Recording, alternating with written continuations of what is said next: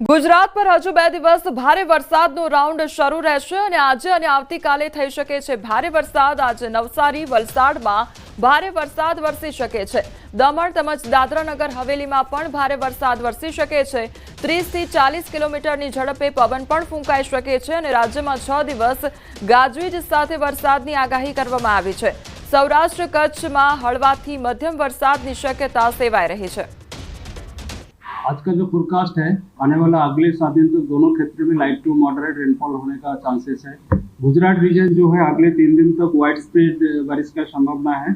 7 से लेकर 9 जुलाई तक और 10 से लेकर 13 जुलाई तक फेयरली वाइड स्प्रेड रेन होगा। और जो सौराष्ट्र कच्छ के लिए अगले 2 दिन wide spread light to moderate rain होने का संभावना है।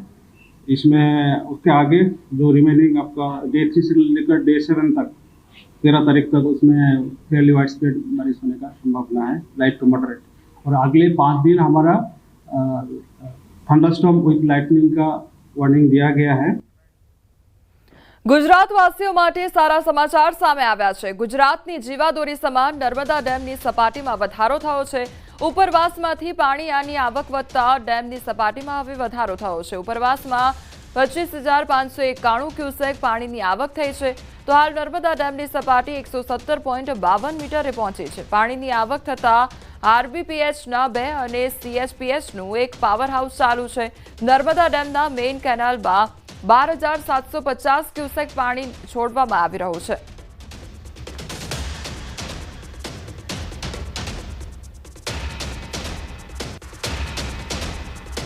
રાજકોટ જિલ્લાના ધોરાજી નજીક આવેલ ભાદર 2 ડેમ ફરી એકવાર ઓવરફ્લો થયો છે। ભાદર 2 ડેમના ઉપરવાસમાં પડેલા ભારે વરસાદ બાદ પાણીની પુષ્કળ આવક થઈ છે। તો ડેમમાં 1300 ક્યુસેક પાણીની આવક અને જાવક સર્જાઈ છે। તો ડેમના 2 દરવાજા 1 ફૂટ ખોલવામાં આવ્યા છે। ધોરાજી ઉપલેટા માણાવદર કુતિયાણા અને પોરબંદર સુધીના ભાદર નદી કાંઠાના ગામોને એલર્ટ કરવામાં આવ્યા છે।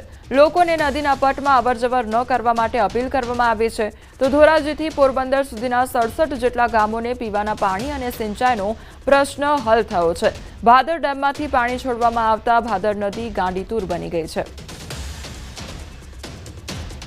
ખંભાળિયાના વાડીનાર ખાતે જેટી પર કેટલાક ઊંટ પાણીમાં તણાઈ આવ્યા છે।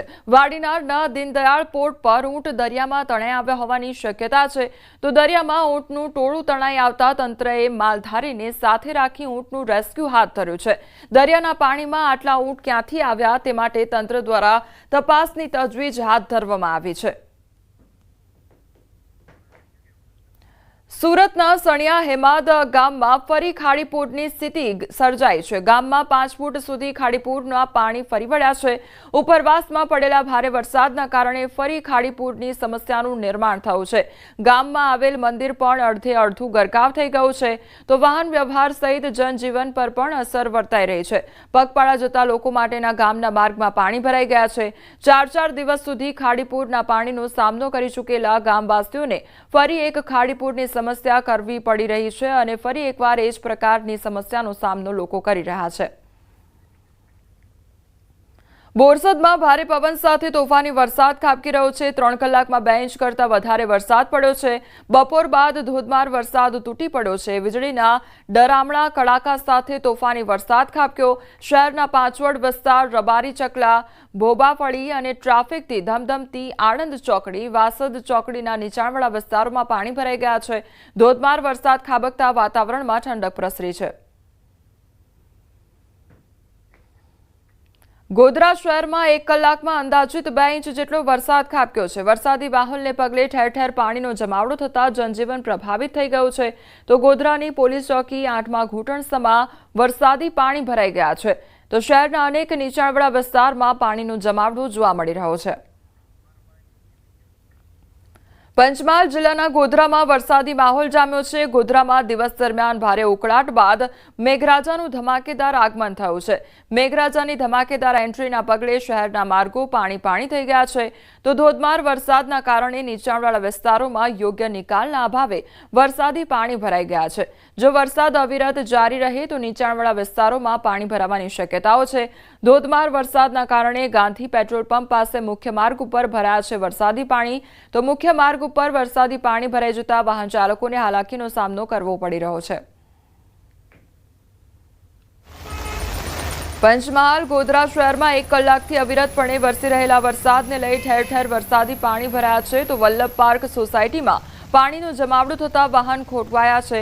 દાહોદ તરફથી બસ સ્ટેન્ડ જતા માર્ગ ઉપર પણ વરસાદી પાણી ભરાઈ જતા વાહન ચાલકો અને રાહદારીઓને ભારે મુશ્કેલી વેઠવી પડી રહી છે. શહેરના અનેક માર્ગો પર ટ્રાફિક જામના દ્રશ્યો પણ જોવા મળી રહ્યા છે. નવસારીના ગણદેવી શહેરમાં સુરત બિલીમોરા જતી સરકારી એસટી બસ રેલવે અંડરપાસમાં ફસાઈ અને ગણદેવી શહેર અને બિલીમોરા શહેરને જોડતા માર્ગ પર વેંગડિયા ખાડીના પાણી ફરી વળતા સરકારી એસટી બસ રેલવે અંડરપાસમાં ફસાઈ ગઈ છે.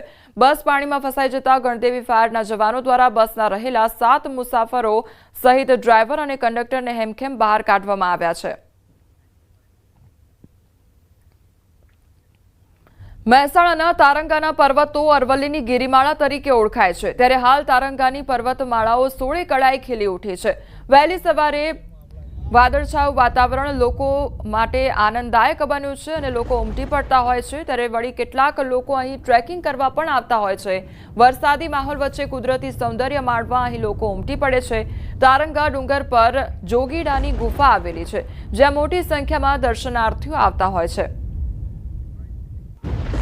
તારણના મંદિરથી ટ્રેકિંગ કરતાં અંદર ત્યાં થઈને અમે તારંગા આવ્યા.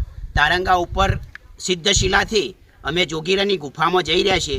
ખરેખર એક રમણીય વાતાવરણમાં એટલું પ્રકૃતિનો આનંદ લેવાની મજા આવી કે જેનો કોઈ પાર નથી.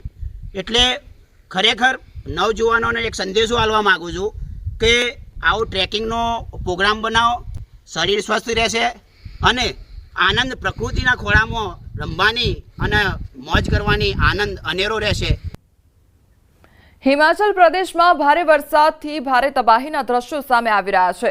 બધી સબ ડિવિઝન ભારે વરસાદને કારણે પહાડી વિસ્તારમાં અચાનક માટી ખડકો ધસી પડી હતી અને પેટ્રોલ પંપ નજીક આ બનાવ બન્યો હતો જ્યાં ભેખડો ધસી પડતા હાજર કર્મચારીઓ અને રસ્તા પર જતી મહિલાઓએ ઝડપથી દોડીને પોતાનો જીવ બચાવ્યો હતો.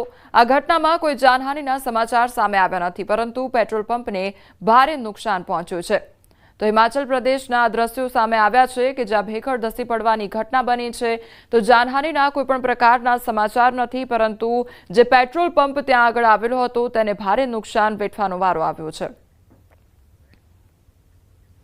સોશિયલ મીડિયામાં લાઇક્સ અને વ્યૂ મેળવવા કેટલાક પોતાના જીવને પણ જોખમમાં મૂકતા ખચકાતા નથી અને મધ્યપ્રદેશના પન્નાના બૃહસ્પતિ કુંડમાં આવો જ એક હૃદયદ્રાવક વિડીયો સામે આવ્યો છે જેમાં એક યુવાન પોતાના મિત્રનો હાથ પકડીને હજારો ફૂટ ઊંડા પાણી ઉપર ઝૂલીને રીલ અને સેલ્ફી લેતો જોવા મળી રહ્યો છે. આ દ્રશ્ય જોઈને નીચે ઉભેલા લોકો પણ ધ્રુજી ઉઠ્યા હતા. વાયરલ વિડીયોમાં સ્પષ્ટપણે જોઈ શકાય છે કે ધોધ અને હજારો ફૂટ નીચે ઊંડા પાણી છે ત્યાં એક યુવાન તેના મિત્રના ટેકાથી હવામાં લટકતો જોવા મળી રહ્યો છે.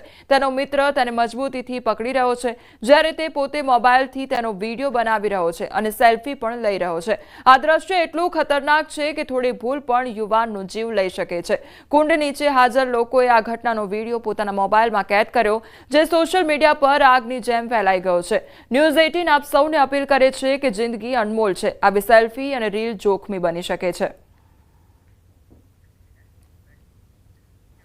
ભારે વરસાદથી કચ્છના 15 માર્ગોનું ધોવાણ થયું છે. ધોવાણ થયેલા રસ્તાઓ ફરી એકવાર જલ્દી કાર્યરત થાય તે માટે સૂચના આપવામાં આવી છે. ભારે વરસાદ વચ્ચે માનવ કે પશુ મૃત્યુના બનાવો સામે આવ્યા નથી. સારા વરસાદથી કચ્છમાં 5 મધ્યમ અને 19 નાની સિંચાઈના ડેમોમાં પાણીની આવક પણ થઈ છે. ભારે વરસાદી માહોલને ધ્યાને રાખી તમામ તાલુકાઓમાં કંટ્રોલ રૂમ કાર્યરત કરવામાં આવ્યા છે. ભારે વરસાદી આગાહીને લઈ જિલ્લામાં એક એનડીઆરએફની ટીમ સ્ટેન્ડ બાય મૂકવામાં આવી છે તો જોખમી નદી, નાળા, તળાવ અને ડેમમાં લોકોને નાહવા ન જવા માટે તંત્ર દ્વારા અપીલ પણ કરવામાં આવી છે. 15 જેટલા જે રસ્તાઓ છે એ ઓવરટોપિંગ થઈ રહ્યા છે એટલે કે ત્યાંથી પાણીનું આગમન વગેરે થઈ રહ્યું છે. આ ઉપરાંત જિલ્લામાં અલગ અલગ જગ્યાઓ ઉપરથી આ વરસાદ દરમિયાન કોઈપણ પ્રકારના માનવ કે પશુ મૃત્યુના પણ કોઈ એવા બનાવો ધ્યાન ઉપર આવેલા નથી. બનાસકાંઠા જિલ્લામાં છેલ્લા 6 દિવસથી પડેલા ધોધમાર વરસાદે ખેડૂતોની સ્થિતિ દયનીય બનાવી દીધી છે. પાલનપુર, વડગામ, ધાનેરા, ડીસા સહિત અનેક વિસ્તારોમાં ખેતરોમાં લણેલા પાકને ભારે નુકસાન થયું છે અને ખેતરો જળબંબાકાર બની ગયા છે. ખેડૂતો ચોમાસાની આશા રાખીને મગફળી, બાજરી જેવા પાક વાવ્યા હતા અને લણણી પણ કરી હતી, પણ અચાનક પડેલા ભારે વરસાદે ખેતરમાં મૂકેલો પાક પલળી ગયો છે. હવે ખેડૂતો તાત્કાલિક સર્વે કરીને યોગ્ય વળતર આપવા માટે માંગ કરી રહ્યા છે. કહેવા જેવું નથી, પણ હવે ક્યાં બધું નિષ્ફળ જતું રહ્યું છે. મોટા ભાવના બિયારણ વાવ્યું, સોનિયા ખાતરનું છે, યુરિયા ખાતર, ડીએપી, બાજરી પાછી હારી, ભગવાન પકવી હારી, પણ બગાડીને ધૂળ કરી નાખ્યું. એટલે હવે કોઈ બીજો ઉપાય રહ્યો નથી. ખર્ચ કર્યું લાખ હવા લાખનું, બધું વળતર બધું એમાં થવા પણ કોઈ થયું નહીં. એટલે હવે અમારી સરકાર પાસે માંગ છે, સરકાર આ સર્વે કરે અને અમને કોઈ સહાય કરે તો. વરસાદ એવા અમને રોવરાયા કે કોઈ પાર જ નથી. 2.5 લાખની પેદાશી અમારી થોત, અમે માગતા વાળાને 25 રૂપિયા આપો જ, અને ઘાસચારો બધો બગાડી નાખ્યો છે. બાજરીમાં કોઈ બીજવાળા ઉધાર લાયેલા છે, ખેડાઈ બાકી છે,